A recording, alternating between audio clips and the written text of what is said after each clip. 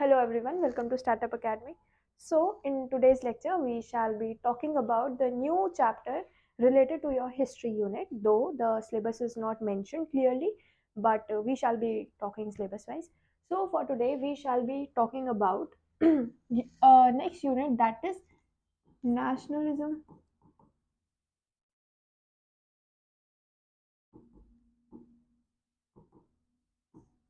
Nationalism in India. In the previous lecture, we studied how the Britishers invaded in India and how they started to uh, get their flow, or we can say to get their bases enhanced in India. But now, since the Indian rulers and the Indian public got to know their brutal or evil intentions of the British, therefore they started to regulate.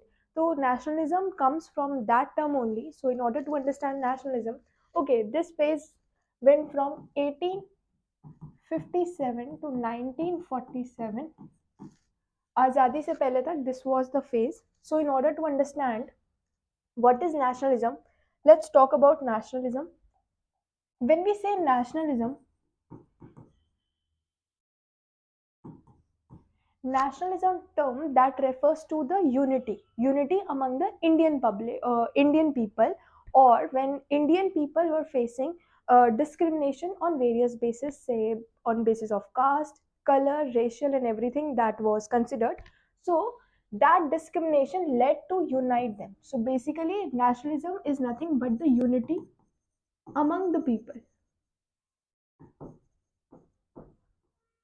And since we are talking about the nationalism in India, therefore the people over here referred to are Indians. When Britishers started to rule India, like they wanted to rule so as to dominate themselves on our state, the Indian public understood their evil intentions. They thought that if we would be below them, then they will not let us rule in our own country. Therefore, Indian public came in front. They united on political basis and on economic basis, and by the combination of that, while they were combining, they started to form big we can say samajas and all. You must have heard about Brahmo Samaj, and there are so many Arya Samaj, so many samajas. We shall be talking about them. So all those samajas came in front because the public, or we can say the small leaders, they gathered so that they were having the big idea and the big plan that if they would combine together, they will be able to fight against the Britishers. In the previous lecture, when we studied about the revolt of 1857, say revolt of 1857, that was the topmost and you can say the first uprising, and this failed. The major reason for failing of 1857 was nothing but lack of leadership and immunization. So nationalism was like आप बोल सकते हो कि लोग एक साथ आ गए ताकि ब्रिटिशर्स के अगेंस्ट हम लोग अच्छे से फाइट कर पाए, मेंटल तरीके से फाइट कर पाए, by bringing all the backgrounding ideas and everything, because after 1857 उन्हें समझ में आ गया था कि if we will fight against them, the Britishers will invest money in immunization, and we are not allowed to have arms or keep arms. Though there were certain sort of battles, but we shall be talking about them later on. But there were basically the economic, and we can say the political consequences due to which the Britishers were sent out to India. So, in this, we shall be talking about the nationalism, basically the growth of nationalism. अब growth कराने के लिए, क्योंकि Britishers India में आ गए हैं, तो उन्हें भगाने के लिए रिवोल्ट हुआ था 1857 का, जो कि फेल हो गया था. ब्रूटल फेल तो नहीं था, बट ब्रिटिशर्स थॉट दैट अगर हमने इनके अगेंस्ट, इंडियंस के अगेंस्ट कुछ नहीं किया तो we shall be out within a month or two. But Britishers का राज चला था. This you will comment down the time period. Time period, this will be your homework to comment me down कि कितने time तक Britishers ने India के ऊपर राज किया था. ये आप बताओगे कमेंट सेक्शन के अंदर. तो अभी नेशनलिज्म में क्या हुआ, रिवोल्ट ऑफ 1857 से लोगों को समझ में आ गया था कि लड़ाई करने से कुछ फायदा नहीं है. Therefore some literal people of India came on forward. They requested certain things. They tried to form the documentaries so that those could be presented in front of the British. But as usual, Britishers being Britishers, they did not listen to anyone. Therefore, the nationalism grew widely in India. So, coming to the main topic, these notes are exam oriented notes. You can find them on our channel, Telegram channel. The link will be provided to you. So, you better go and have a look. Okay. The first one, let's talk about the introduction. What does introduction says? It says that nationalism developed as a response to British colonial rule. It was gradual process through which Indians became politically conscious and united for freedom, justice and self rule. Britishers हम हमारे ऊपर राज करना चाहते थे, but we do not want that to happen. तो क्या हुआ, हम लोगों ने एक साथ यूनाइट होने का प्रयास किया so that we can move on forward in our state and we have the justice, liberty and freedom in all terms so that we can rule in our own country. तो उसके लिए nationalism का आना बहुत ज़्यादा ज़रूरी बन गया था. So what does nationalism mean? अभी हम नेशनलिज्म के बारे में पढ़ के आए. नेशनलिज्म का मतलब कुछ नहीं होता बट यूनाइट करना होता है. पॉलिटिकली, इकोनॉमिकली अगर आप यूनाइट कर रहे हो, आपके आइडियाज किसी और के साथ मैच हो रहे हैं, तो दैट इज बेसिकली नेशनलिज्म. तो बहुत सारे लोग थे जो इकोनॉमिकली एक आइडिया रखते थे, बहुत सारे लोग थे जो पॉलिटिकली एक आइडिया रखते थे, like the parties that we see today, say BJP party and say take Congress party. तो कांग्रेस पार्टी के जितने भी लोग होंगे, they would be having certain sort of mind set, तभी वो एक साथ है. और अगर हम बीजेपी की बात करते हैं तो बीजेपी के अंदर जितने भी लोग हैं, they are having certain sort of mind set, that's why they are together. तभी वो दोनों डिफरेंट डिफरेंट पार्टीज हैं and the members are sharing common thinking or common ideas, therefore the members are also together.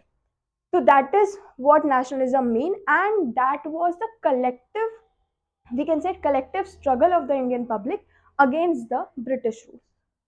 Then we have certain factors. ऐसा नहीं था कि अचानक से दिमाग में आ गया रिवोल्ट ऑफ 1857 के बाद कि हमें नेशनलिज्म चाहिए. Many people, many Indians were satisfied कि ठीक है, कोई राज करने के लिए आ गया है, ब्रिटिशर्स आ गए हैं, तो वी मस्ट be uplifted, क्योंकि there were so many abolitions related to the religious caste and those things, those malpractices that were practiced in the name of religion, we can say, or in the name of caste. तो उन सबको भी हटा दिया गया था. therefore people were thinking कि काफी अच्छा हो सकता है हमारे लिए. but when the true colors came out of the Britishers, then people decided that this was not for our sake, this was the sake of the queen sitting in the Britain. So let's discuss about the factors. When we talk about the factors, the major factors are the political factors. The political factors, when we talk about the political factors says that centralized administration was there. When we talked about the 1857 thing, हमने देखा था कि जो east India company थी उसके जो consequences थे, तो ईस्ट इंडिया कंपनी सेड कि मेरा राज नहीं चलेगा, अब the crown would be ruling. Crown मतलब क्वीन वुड बी रूलिंग.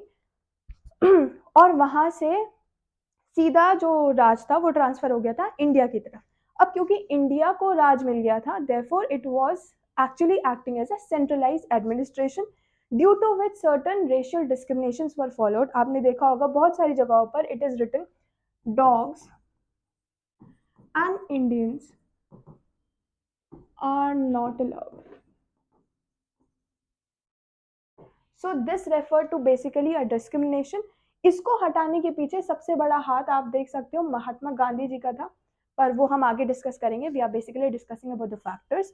तो रेशियल डिस्क्रिमिनेशन बेसिकली होता है आप काले गोरों में फर्क करते हो, तो that refers to racial discrimination. इसी से रिलेटेड आपका इल्बर्ट बिल भी आता है. इल्बर्ट बिल में क्या हुआ था? इल्बर्ट बिल की अगर हम बात करें, चलो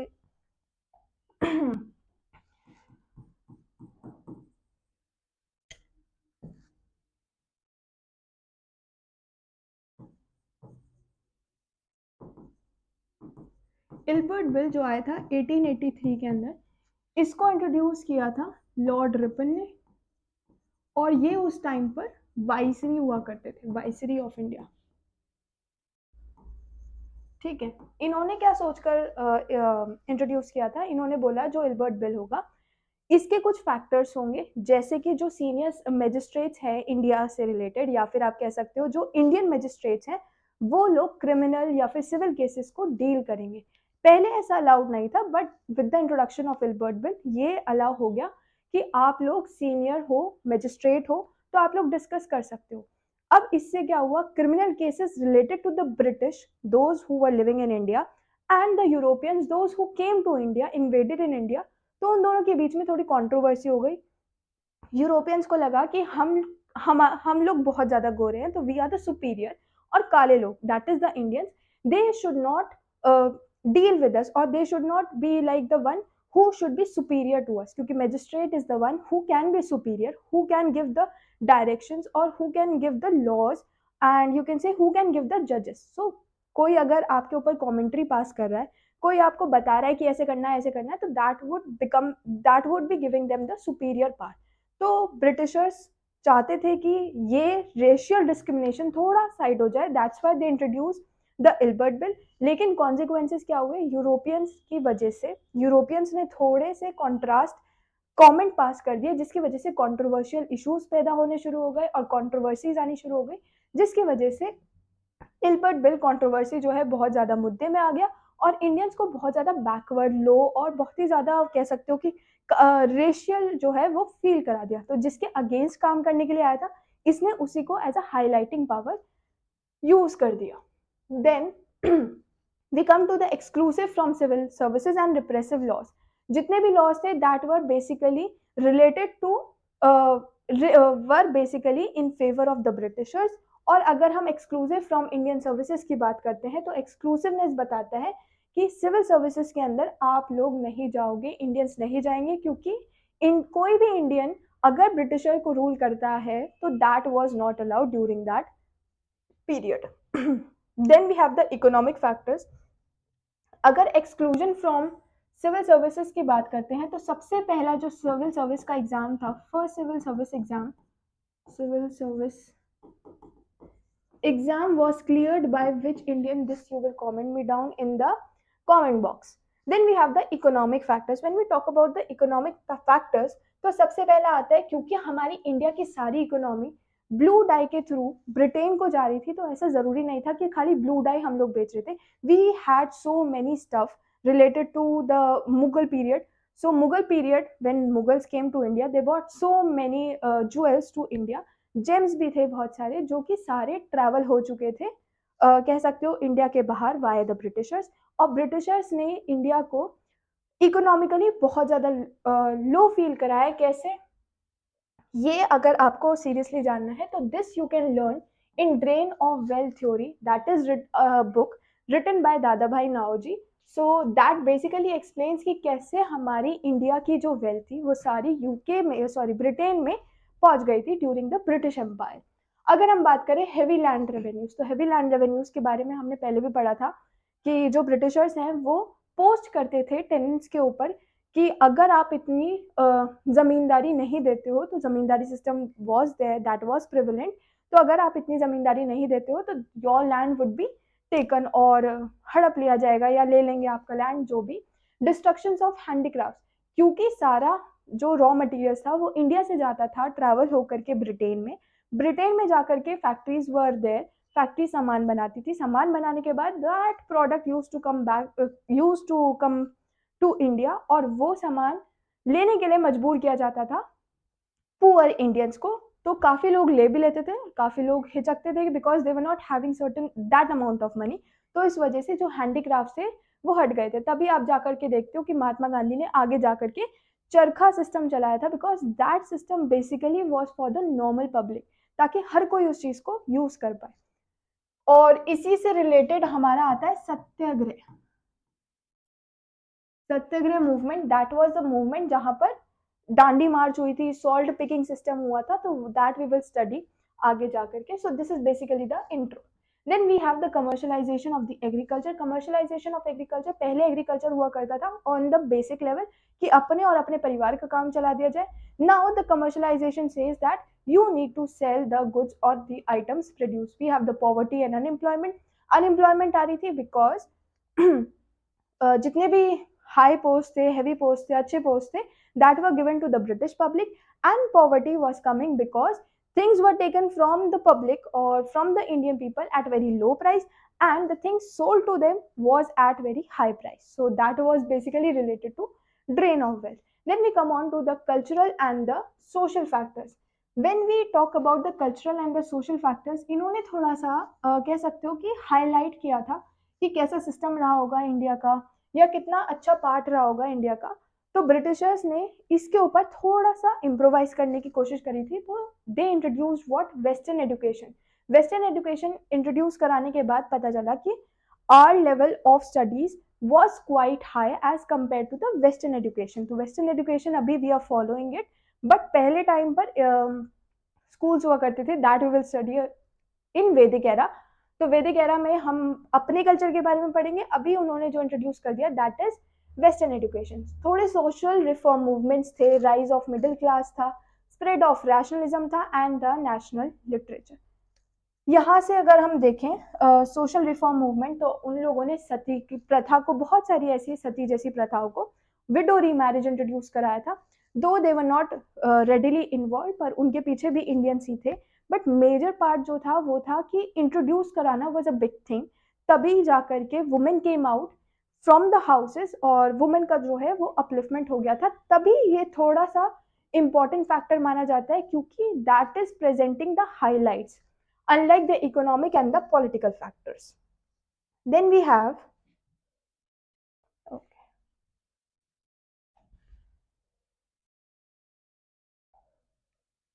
role of press. So you can mark this role of press as important, क्योंकि डायरेक्ट क्वेश्चन आ जाता है इससे कि कितने न्यूज़पेपर हुआ करते थे, प्रेस का रोल क्या था, कौन न्यूज़पेपर से कौन रिलेटेड था। अगर आप डायरेक्टली लिख देते हो तो you will be getting full marks.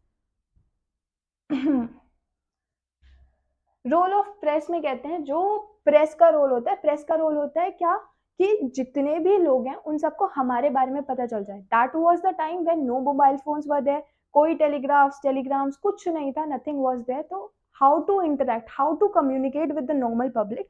तो सबसे बेसिक सोर्स था वाज द न्यूज़पेपर, और दूसरा बेसिक सोर्स था वाज द रेडियो। अब रेडियो से न्यूज़पेपर के थ्रू आप कैसे कम्युनिकेट करोगे। तो लोगों ने, दिमागदार लोगों ने, आप कह सकते हो समझदार literal people, they started to write in the newspaper the articles. जो भी आर्टिकल्स हुआ करते थे दैट वर पब्लिश, और पब्लिश होने के बाद they were given to each house. Each house में जब जाते थे तो लोगों का माइंडसेट आपके दिमाग में आ जाता है। लाइक अभी अगर आप पढ़ते हो हिंदू न्यूज़पेपर, तो in that also there are certain articles. अगर आपको पढ़ के अच्छा लगता है तो you try to contact to that public, और धीरे धीरे कॉन्टैक्ट बन जाता है। So you tend to meet people like that. ऐसे ही हमारे बाल गंगाधर तिलक थे, सुब्रमण्यम अय्यर थे, शिरीष घोष थे और एस एन बनर्जी थे। इन लोगों ने अपने अपने लैंग्वेजेस में अपने अपने आइडियाज को फ्रेम किया, and they started to write down in the newspaper. After writing it down, when it spread like fire in the forest, dry forest. तो उससे क्या हुआ कि लोगों को पता चला कि हम इकलौते नहीं है जो ब्रिटिशर्स के अगेंस्ट जाना चाहते हैं। There are other public and they have ideas too, so they can act as a leader. तो यहाँ से लीडरशिप की फैसिलिटीज आई, यहाँ से लोगों को समझ में आया कि क्यों ना हम लोग इनके साथ मिल जाते हैं, we can act their hands, like अगर वो लोग चाहेंगे ये करना है ये करना है। देयरफॉर मीटिंग स्टार्टेड कि हम लोग इस जगह पर मीट कर रहे हैं, those who are interested can come. लोग जाते थे, मीटअप करते थे, दे यूज टू डिसाइड कि हमें कैसे रिप्रेजेंट करना है। आगे जाके आप पढ़ोगे अर्ली नेशनलिस्ट हुआ करते थे और लेट नेशनलिस्ट, बहुत ही ज्यादा रिसेसिव टाइप ऑफ नेशनलिस्ट हुआ करते थे। तो अर्ली नेशनलिस्ट का एक आइडिया था कि हम जितना भी काम करेंगे हम डॉक्यूमेंट्री के फॉर्म में दिखाएंगे। बट जो लेट नेशनलिस्ट थे उनका आइडिया था कि जो भी काम करना है लड़ाई झगड़ा करके जितनी जल्दी हो सके हम वैसे काम करेंगे। तो दोनों के आइडियाज अलग अलग थे, देयरफॉर दो सोसाइटीज बनी थी, अर्ली की और लेट की।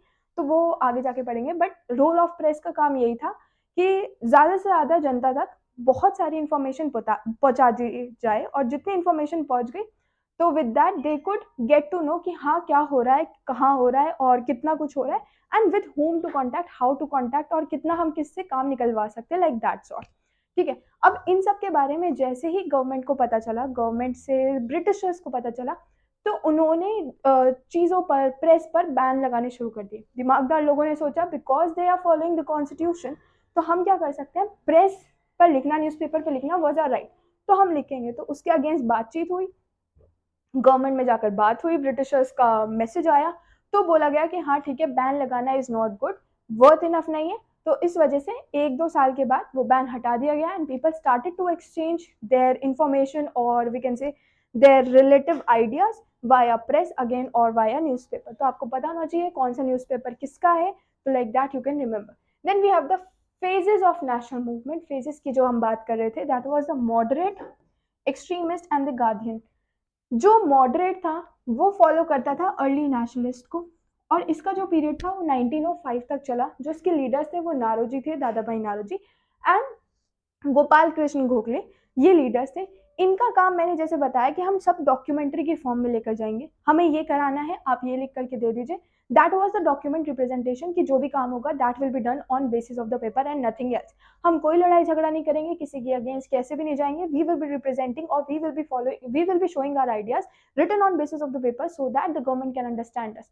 पर इससे पता था कि कुछ नहीं होने वाला। गवर्नमेंट आती भी नहीं थी, they never use to read the papers, they never use to see the petitions की कितनी फाइल आई हैं, पिटिशंस की कितने प्रेयर्स चल रहे हैं, कुछ नहीं। They only use to think about their own फायदा। इसके बाद आए आपके एक्सट्रीमिस्ट, जो कि 1905 से 1917 तक काम किया। उन लोगों में जो बाल गंगाधर तिलक थे और लाला लाजपत राय थे बहुत सारे लीडर्स, बट जो मेन लीडर्स थे वो यहाँ पर लिख दिए गए हैं। तो उन लोगों ने क्या सोचा कि हम मतलब अब ऐसा टाइम आ गया है जहां पर पिटिशंस तो सुनी नहीं जाएंगी, but we need to take actions, actions में बदलना पड़ेगा। तो they started to boycott everything, क्योंकि जितना भी सामान अंदर आ गया था that was to be boycotted. Raw materials जितना जा रहा था दैट लेट दैट गो। अब यहाँ से बॉयकॉट और स्वदेशी चीजें शुरू हो गई। लोगों ने बोला कि हम लोग आपके स्कूल में नहीं आएंगे, आपकी एजुकेशन हम लोग ग्रैंड नहीं करेंगे, आपके जो जितने भी कह सकते हो शॉप्स हैं उनसे सामान नहीं लेंगे, आपके जितने भी बैनर्स हैं सब बंद बंद करा देंगे, हमें आपका कुछ नहीं चाहिए। वी वांट टू बिकम स्वदेशी। स्वदेशी मतलब अपने देश से related, we would be having all the items related to our state and nothing from your state, like आपकी कंट्री से हमें कुछ नहीं चाहिए। तो that was the basic step. तो इसकी वजह से अब जितना ड्रेन ऑफ वेल्थ था दैट रिड्यूस टू हाफ। तो गवर्नमेंट को लगा, मतलब ब्रिटिशर्स को लगा कि ये सब तो नहीं होना चाहिए था, ये सब तो गलत हो गया। तो they decided to take certain brutal steps, जिसकी वजह से आगे जाकर के नुकसान हुआ। तब आए आपके गांधी जी। गांधी जी तब तक अफ्रीका से, साउथ अफ्रीका से पढ़ाई करके आ चुके थे, जिसकी वजह से गांधी जी ने बोला कि हम मारा मारी नहीं करेंगे भैया, हमें तो शांति से आज़ादी चाहिए। तो शांति से आज़ादी लेने के लिए उन्होंने मास मूवमेंट्स को लेकर आना शुरू किया। अब मास मूवमेंट्स आए कैसे? मास मूवमेंट में सबसे पहला मूवमेंट, सबसे पहली जो चीज़ होती है जो बहुत ज़्यादा लोगों के लिए बहुत ज़्यादा कॉमन है, हर इंसान को चाहिए रहता है, दैट वाज द सॉल्ट। तब जाकर के गांधी जी डिसाइडेड, क्योंकि मुझे मास को इन्वॉल्व करना है अपने साथ, so that I can also. हाँ, और हाँ, जो गांधी जी थे वो गोखले जी और तिलक को ब्लाइंडली फॉलो करते थे, मतलब बहुत ज्यादा कह सकते हो, बहुत ज्यादा आपस में एपिटमी मानते थे। तो आप ऐसे समझ सकते हो। तो गांधी जी और नेहरू जी ने डिसाइड किया कि हमें तो मास मूवमेंट चाहिए, जितनी ज्यादा पब्लिक हमारे साथ काम करेगी उतना ज्यादा हमारे लिए अच्छा हो जाएगा। तो गांधी जी ने तभी सत्याग्रह का काम करवाया था, दांडी मार्च करवाई थी। तब जाकर के कोई जलियांवाला बाग ट्रेजेडी हो गई थी 1919 के अंदर, जिसकी वजह से ही स्टेप्ड बैक और पुलिस स्टेशन के ऊपर भी एक हमला करा दिया गया था, वो हम आगे जाकर के पढ़ेंगे। तो इन दोनों इंसिडेंट्स के बाद Gandhi ji went to jail, he got him arrested and he kept silent underground for certain period of time, because वो नहीं चाहते थे कि हम मारा मारी करें किसी भी चीज के ऊपर। अगर चीजें फॉलो नहीं की जा रही है, सॉरी, अगर हमारे जाने अनुसार चीजें नहीं आ पा रही हैं, तो उनको लगा ऐसा नहीं करना चाहिए। तो because he was the great follower of non violence, तो गांधी जी डिसाइडेड कि नॉन वायलेंस करते करते हम जितने मास को अपने साथ लेकर आ पाए उतना ज़्यादा अच्छा है, ताकि हमें आज़ादी जो है वो अच्छे से मिल जाए, यूनिटी आ जाए एक तरीके से बोला जाए तो। अब आता है आपका गांधीयन एरा और मास मूवमेंट। जब हम गांधीयन एरा की बात करते हैं, कुछ इंसिडेंट्स हुए थे, जैसे कि आपका हो गया चंपारण सत्याग्रह, खेड़ा मूवमेंट, अहमदाबाद की स्ट्राइक हुई थी, नॉन कॉपरेशन के बाद से लड़ाइयां शुरू होनी चालू हो गई थी। फिर आ गया था सिविल डिसोबीडियंस। ये दोनों जब मैदान में उतरे, ये दोनों मूवमेंट जब मैदान में आए, लोगों ने फॉलो करना शुरू किया, तब लोगों को समझ में आया कि we can be violent and brutal as well. But Gandhi ji रहे आपके नॉन वायलेंस के फॉलोअर, अहिंसा के फॉलोअर्स, तो उन्होंने बोला कि जब तक आप ये वायलेंस नहीं छोड़ोगे, आई विल स्टे अंडरग्राउंड और मैं आपके साथ नहीं आऊंगा, मैं अपने आप को सरेंडर करता हूँ, मैं जा रहा हूँ पुलिस के पास, आपको जो करना है आप कर लो। तब जाकर के लोग बहुत ज्यादा परेशान हो गए थे। और फिर आया था आपका क्विट इंडिया मूवमेंट, ठीक है। अगर हम रेवोल्यूशनरी की बात करें, ये सारे मूवमेंट्स हम लोग डिस्कस करेंगे, कंप्लीट चीज़ें इनके बारे में पूछेंगे, क्योंकि हर एक मूवमेंट से रिलेटेड आपके ऊपर क्वेश्चन बन सकता है, आपके एग्जाम में क्वेश्चन बन सकता है, that could be asked directly, तो डिस्कशन इज इम्पॉर्टेंट। अगर हम बात करते हैं रेवोल्यूशनरी पीरियड की, रेवोल्यूशंस कैसे आए नेशनलिज्म के अंदर, तो पहले आता है रेवोल्यूशनरी जो ग्रुप्स थे, उन्होंने बोला कि अब हमें स्ट्रगल तो करना है, तो हमें कुछ समिति बनानी पड़ेगी, कुछ ऑर्गेनाइजेशंस बनानी पड़ेगी, जिसकी हर साल मीटिंग रखवाई जाएगी। इन दैट मीटिंग जब भी जरूरत पड़ेगी, इन दैट मीटिंग हम लोग अच्छे से मीटअप करेंगे, प्लान करेंगे हाउ टू प्रेजेंट आवरसेल्व्स, और जैसे भी प्रेजेंट करना है इतना अच्छे तरीके से हम प्रेजेंट करेंगे, सो दैट द ब्रिटिश पब्लिक या फिर ब्रिटिशर्स के जितने भी लोग होंगे वो फोर्स हो जाए हमें हमारे पिटिशंस को कबूल करने के लिए, या फिर जो भी हमारा पिटिशन है उसको देखने के लिए, दिखाने के लिए, वॉट एवर दैट वॉज। तो that was the revolutionary nationalism. अगर हम बात करते हैं वुमेन्स का क्या रोल रहा है, पेजेंट्स का क्या रोल रहा है, वर्कर्स का क्या रोल रहा है, so that was the basic thing, क्योंकि वुमेन ऑल्सो पार्टिसिपेटेड। जब सारी प्रथाएं सारी खत्म करा दी गई हैं पहले, कह सकते हो सोशल रिफॉर्म, सोशल मूवमेंट्स के दौरान जब वुमेन की प्रथाएं खत्म करा दी गई हैं, तो वुमेन केम फॉरवर्ड कि अब तो हमें अपने देश के लिए कुछ करना पड़ेगा। तभी जा करके आप कह सकते हो Indian first teacher came, Indian first teacher and first doctor. First doctor आप लोग हमें बताएंगे, टीचर हम आपको बता देते हैं, चलो टीचर भी आप लोग ही बताएंगे, ठीक है। तो टीचर बतानी है, फर्स्ट फीमेल टीचर कौन थी, फर्स्ट फीमेल डॉक्टर कौन था, ये दोनों आप बताओगे। इंडिया के ऊपर कितने सालों तक राज चला है, ये भी आप लोग बताओगे, तो ये आप कमेंट सेक्शन में डाल देना। फिर आता है रोल, हम पढ़ रहे थे, रोल पढ़ लेते हैं। वुमेन जो सबसे ज्यादा इंपॉर्टेंट थी वो थी आपकी कस्तूरबा गांधी, सरोजनी नायडू। सरोजनी नायडू क्या करती थी, शी यूज्ड टू राइट, अपने लिखने की वजह से शी गॉट पॉपुलर। और आपने अगर पढ़ा हो तो बैंगल सेलर, उन्हीं की पोयम पोयम है वो। So the bangle seller, a beautiful written poem, though only first two lines tell us about the bangles, but rest of the line tell us about the life of a women, कि कैसे कैसे how the phases are changed, and those phases of we can say women's life are compare to those bangles. So particular किस particular age में कौन सी bangle prefer करनी चाहिए, और उसी से लाइफ को कैसे रिलेट किया गया है, तो सरोजनी नायडू की वो पोयम में है। So you can read if you want to. The name is the bangle seller, the bangle seller, ठीक है। फिर आपके आते हैं कस्तूरबा गांधी और अनुना असद अली। जरूरी नहीं है सिर्फ आपको यही नाम याद रखने, अगेन आई एम सेइंग कि हम आगे जाकर के जब सारी चीजें डिटेल में पढ़ेंगे, then we shall be talking about more other women those who came forward. और वैसे भी इंडिया के बारे में जानने के लिए we have so many good good movies जो अभी अभी रिसेंटली रिलीज हुई हैं, इन प्रोसेस ऑफ रिलीज हैं। तो उनके बारे में अगर आप पढ़ते हो, उनके बारे में अगर आप जानते हो, तो you will get to know more unknown names, ठीक है। बहुत ज्यादा पॉपुलर है but they are again unknown.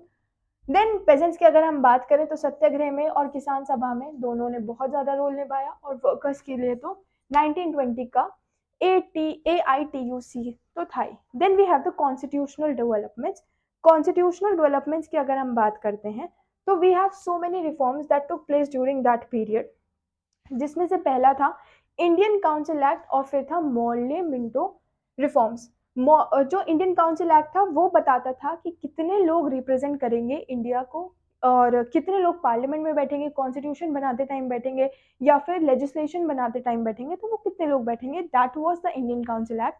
पर उसके बाद जो आया मॉर्ले मिंटो रिफॉर्म्स, उसके अंदर था Muslims would be having separate we can say polls, and Hindus will be having separate polls, क्योंकि डिवाइड एंड रूल पॉलिसी उस टाइम पर ब्रिटिशर्स फॉलो कर रहे थे, जिसकी वजह से Morley Minto reforms was introduce. और जब मॉर्ले मिंटो रिफॉर्म्स आ गए इंडिया के अंदर, तब जाकर के शुरू होता है बहुत बड़ा कह सकते हो वॉर टाइप ऑफ सिचुएशन आ गई थी, because divide and rule was the policy, और पॉलिसी चढ़ गई थी लोगों के दिमाग पर, बिकॉज वो फॉलो की जा रही थी।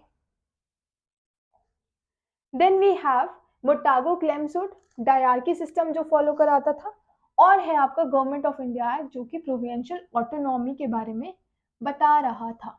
Then we have towards independence. अगर हम इंडिपेंडेंस की बात करते हैं तो आपके बहुत सारे मिशन उस टाइम पर लॉन्च हुए थे, जिसमें से cabinet mission, Mountbatten plan था, इंडियन इंडिपेंडेंस एक्ट था and partition based on two nation theory, जो कि सबसे ज्यादा कह सकते हो कंट्रोवर्शियल मैटर है आज की तारीख में भी, कि व्हाई डिड दैट हैपन कि India Pakistan were separated, why. ठीक है, और उसी से रिलेटेड जम्मू कश्मीर की कहानी आ जाती है, that we will study in polity, not here. तो ये सब पॉलिटी का भी सीन जो है वो यहीं से शुरू हो जाएगा। पॉलिटी के बारे में अगर हम बात करें तो that will be a basic part of polity. यहाँ से आपके बेसिक शुरू होते हैं पॉलिटी के। अगर हम सिग्निफिकेंस की बात करें तो बेसिक सिग्निफिकेंस क्या था कि कॉलोनियल रूल वॉज एंड। यहाँ पर चैप्टर खत्म होता है आपका ब्रिटिशर्स का। कब? जब हमने ये सारे मूवमेंट्स के थ्रू हम पास कर जाते हैं तब खत्म होगा।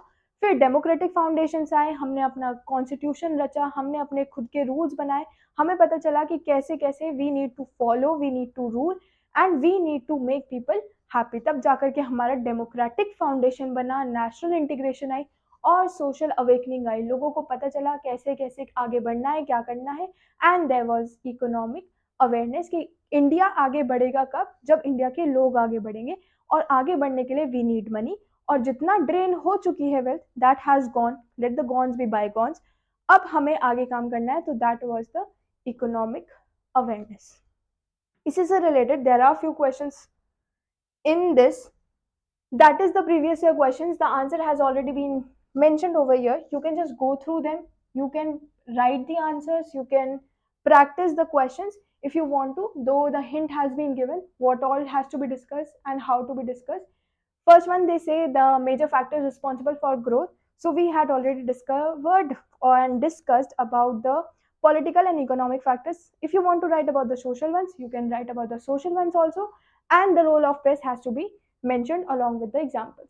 Then they say evaluate the role of Gandhian movement. Since we have not done this, so you can just skip it, because all these movements are to be written separately and in long detail. Therefore, you can skip this.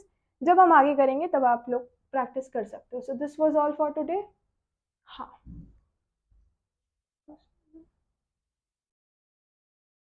हाँ. So this was all for today. This PDF you can find on Telegram channel. Thank you and keep watching. Startup Academy.